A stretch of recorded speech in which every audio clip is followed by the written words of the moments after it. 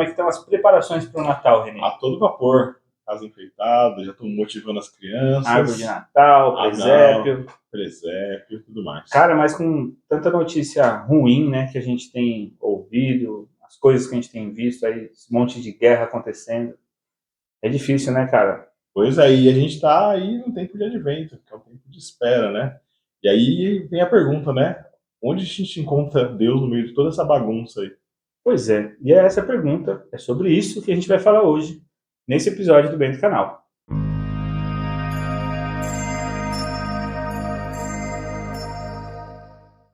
Eu sou o Renê. Eu sou o Tomás e sejam bem-vindos ao Bem do Canal. Estamos entrando aí no tempo litúrgico do Advento, que é um tempo importante para a gente que é católico, né? A gente que é cristão. Que início do ano, né? É isso, no início do ano, litúrgico, e um tempo de espera aí para o Natal, o tempo do Natal que está chegando.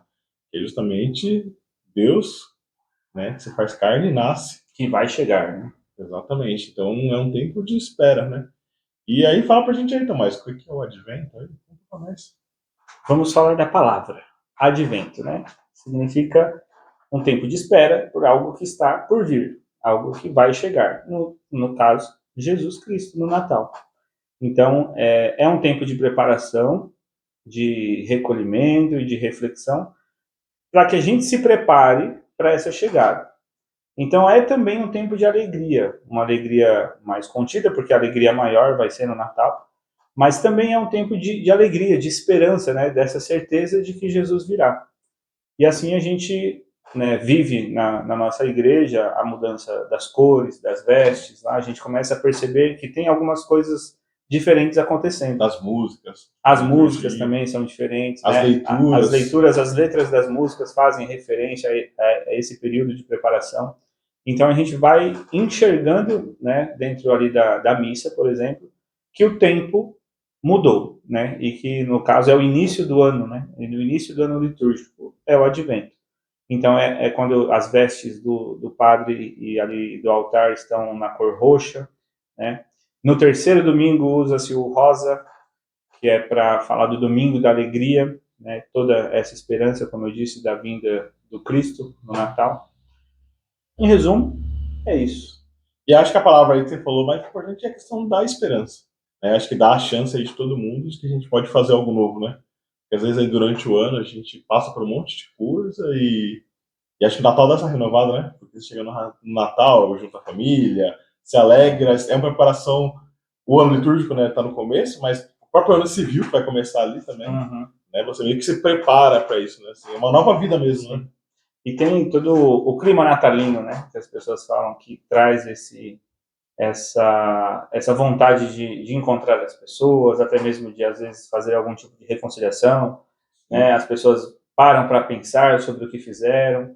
Né? O Advento também ajuda nisso, inclusive, para a gente parar e pensar em todas as coisas ruins que a gente fez ou as decisões que não foram as melhores, para que, né, com a vinda do Cristo, com essa esperança que a gente tem, a gente também melhore, né?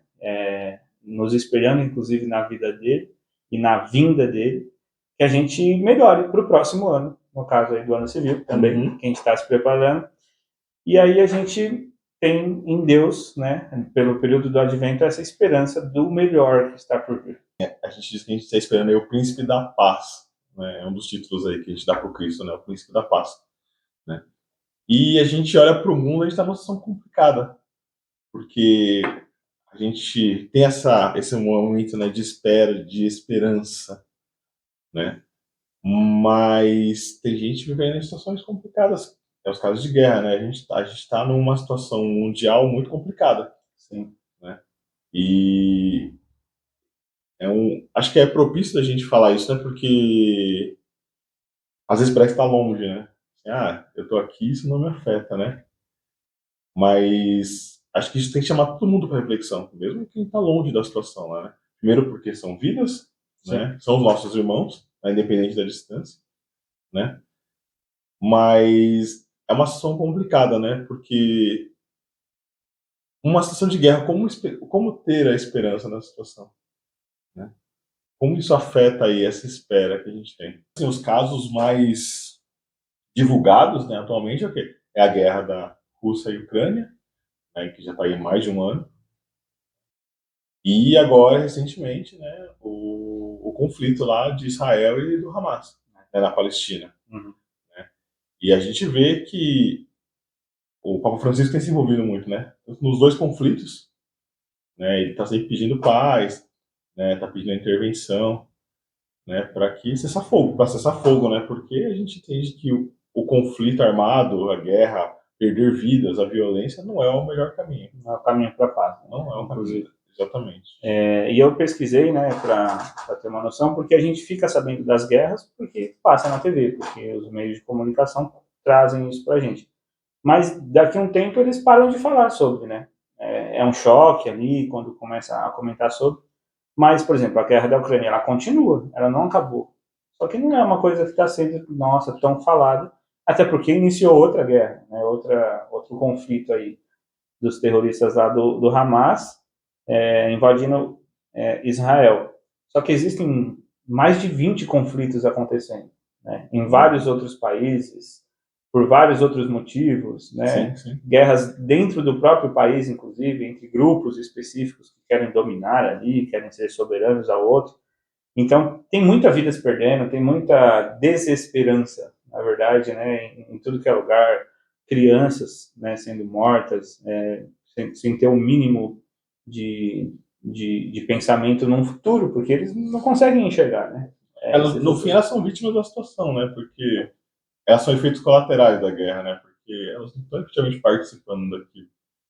Elas não têm nenhum poder de decisão naquilo. Exatamente. São né? grupos que Só sofrem, né? Só sofrem as consequências ali. No caso mais recente, lá dos dois lados, né? Uhum. Crianças palestinas, os israelenses que sofreram os ataques. Exatamente. E o Papa tem se posicionado quanto a isso, né? Bastante. Porque ele até fala, né, que a situação de guerra ninguém ganha. Tem um histórico. E geralmente é porque alguém atacou, e aí Sim. eu volto e vou lá atacar também, e aí isso continua até por gerações. No caso desse conflito da Ucrânia, né, quando completou 9 meses, o Papa Francisco mandou uma carta para o povo ucraniano, né, direcionada a eles. E ali tem 3 pontos que ele coloca que acho que a gente pode usar de reflexão, né? Primeiro, ele pede pelas crianças, né, que estão ficando órfãos, que estão sofrendo ali. Né? Existe ali um conflito político da Ucrânia e da Rússia. A Ucrânia quis se ligar à OTAN, a Rússia não concordou e atacou a Ucrânia. Né? Mas, assim, quando eles decidem esses ataques, né, que culpa tem aquele povo, aquelas crianças que estavam ali? Nenhum. Elas não queriam guerra. Provavelmente elas queriam crescer, estudar, viver a vida delas. Também ele lembra dos jovens, porque muitos jovens ali que deveriam aí estar pensando no seu futuro, iam ser médicos, artistas, sei lá, exercer uma profissão, ter seus sonhos, eles têm que pausar a vida deles para pegar armas e defender o país. Então, são vidas que são interrompidas, são sonhos que se interrompem. Né? É uma mudança drástica na vida de todo mundo ali, né? Sim. No país. E, por fim, ele fala também para os voluntários, né? Porque muita gente, nessas situações de guerra, deixam suas casas e vão para os lugares, né? Para atender, então médicos, enfermeiros, né, gente que faz esse trabalho humanitário. Né? E aí também deixa uma pista, né? Porque a gente no começo perguntou onde está Deus no meio dessa toda essa bagunça, né? Uhum. E Deus também se revela nessas pequenas coisas, assim, né? Porque mesmo no meio da confusão, tem gente ali que está se dedicando a ser um agente da paz, né? Mesmo no meio da guerra. Nesse último caso aqui da Hamas e da Israel, né?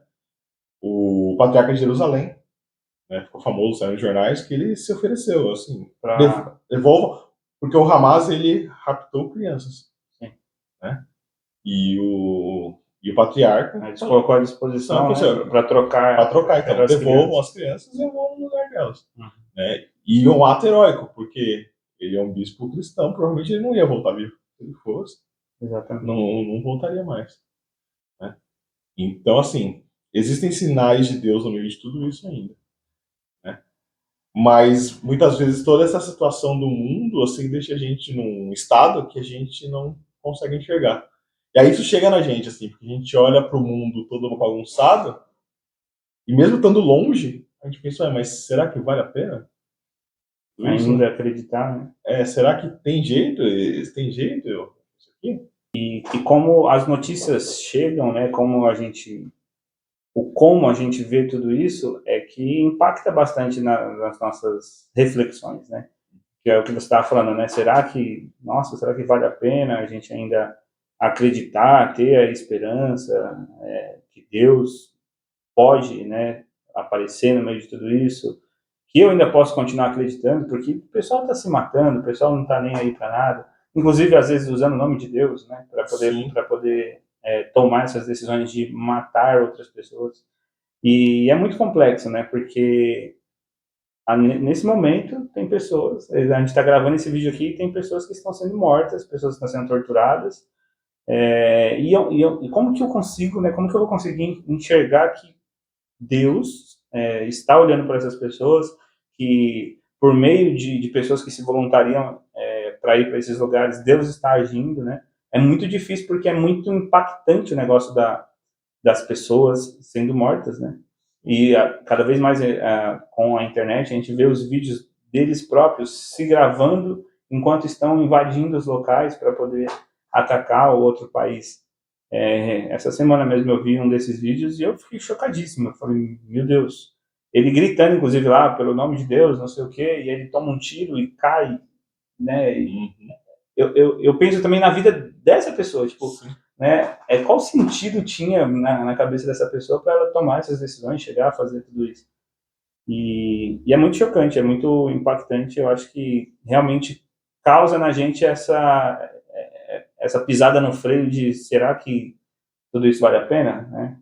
E como que eu mantenho a minha firmeza, a minha fé para continuar acreditando e continuar entendendo que Deus vai vir, né, no Natal e vai renovar e vai trazer de fato o bem para as pessoas. Como que a gente vai fazer isso? Eu acho principalmente nesse caso aí de Israel e o Hamas, né, lá na Palestina, que realmente tem um fundo religioso muito forte, né? No caso da Ucrânia e da Rússia, né, por mais que eles tenham suas religiões e tudo mais, o conflito ali não é tão religioso, né?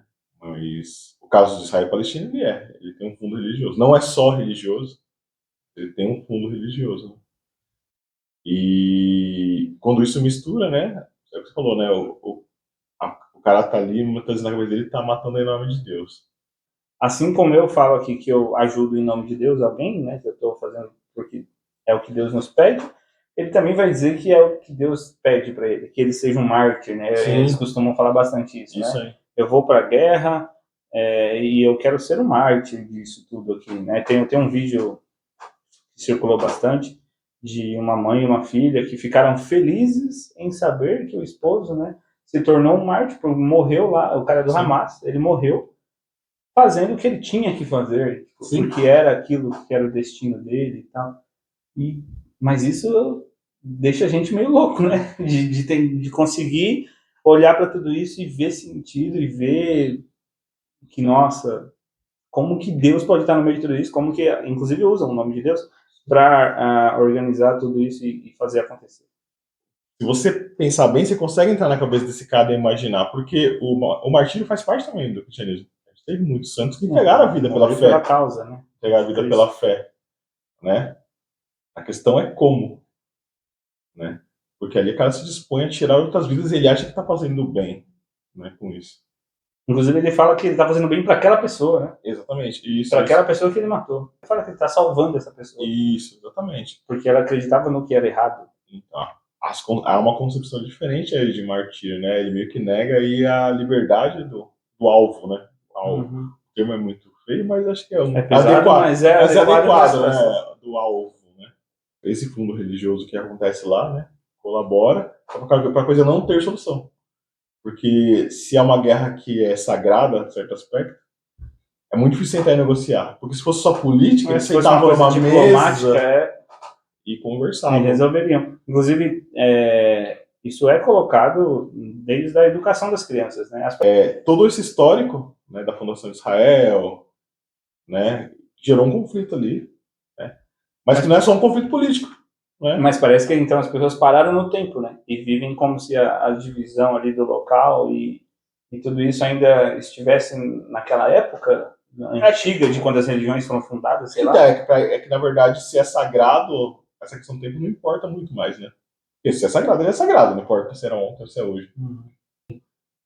O Hamas quer um Estado palestino que viva sob a lei da Sharia, né? Que é a lei islâmica.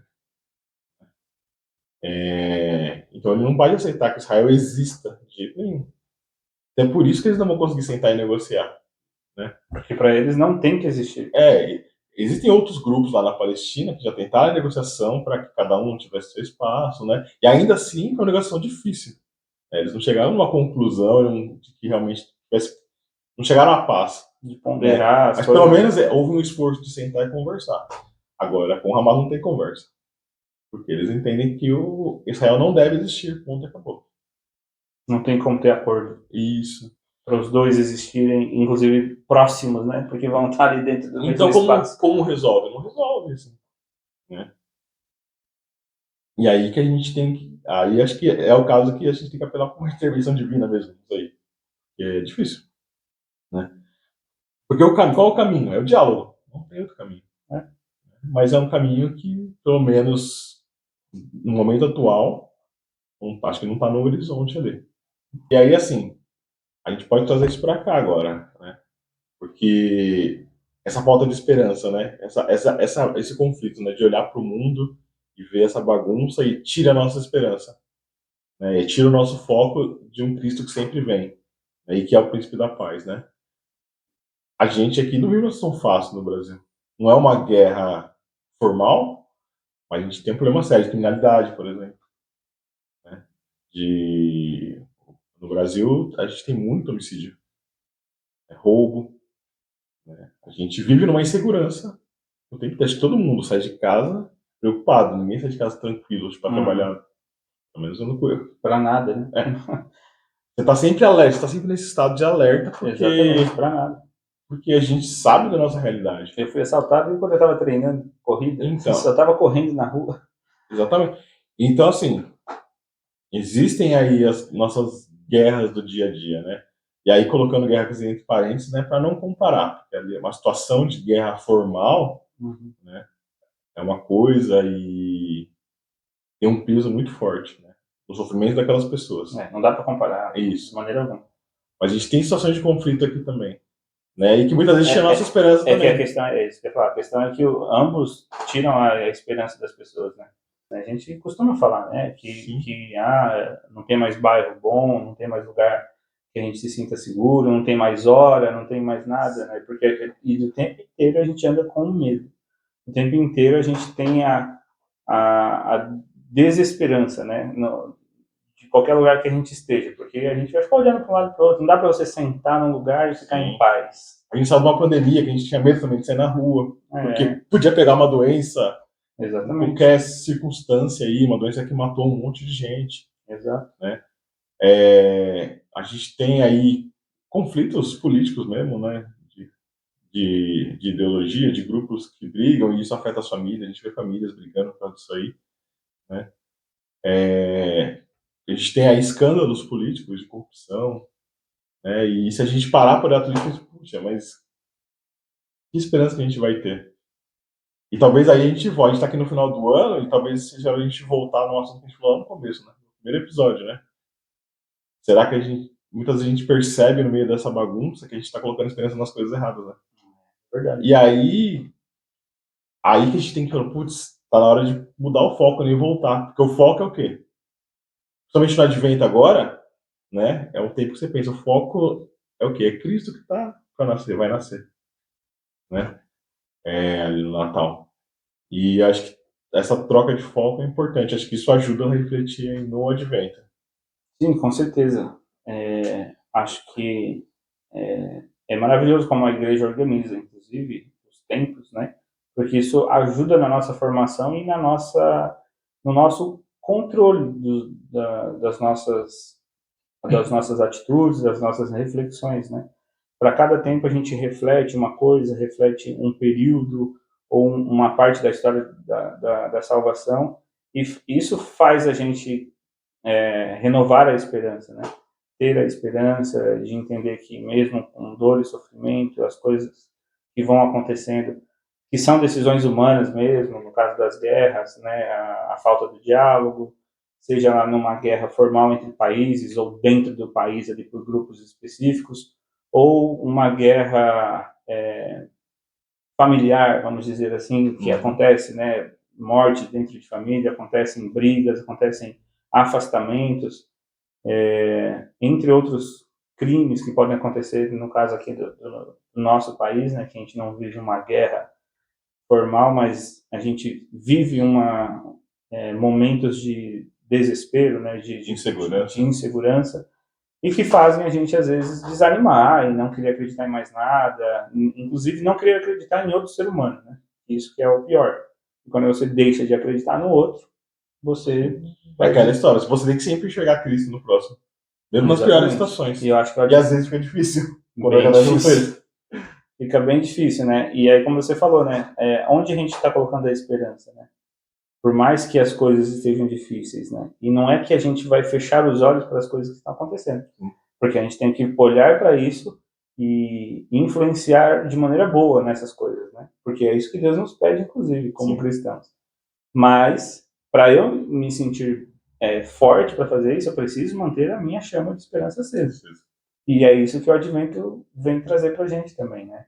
Essa esperança, essa certeza de que o Cristo virá e vai fazer, a partir de mim também, as mudanças boas no mundo. Né? A partir de quando eu olho para o Cristo que veio ali, o menino Jesus, que é luz, né? É o príncipe da paz.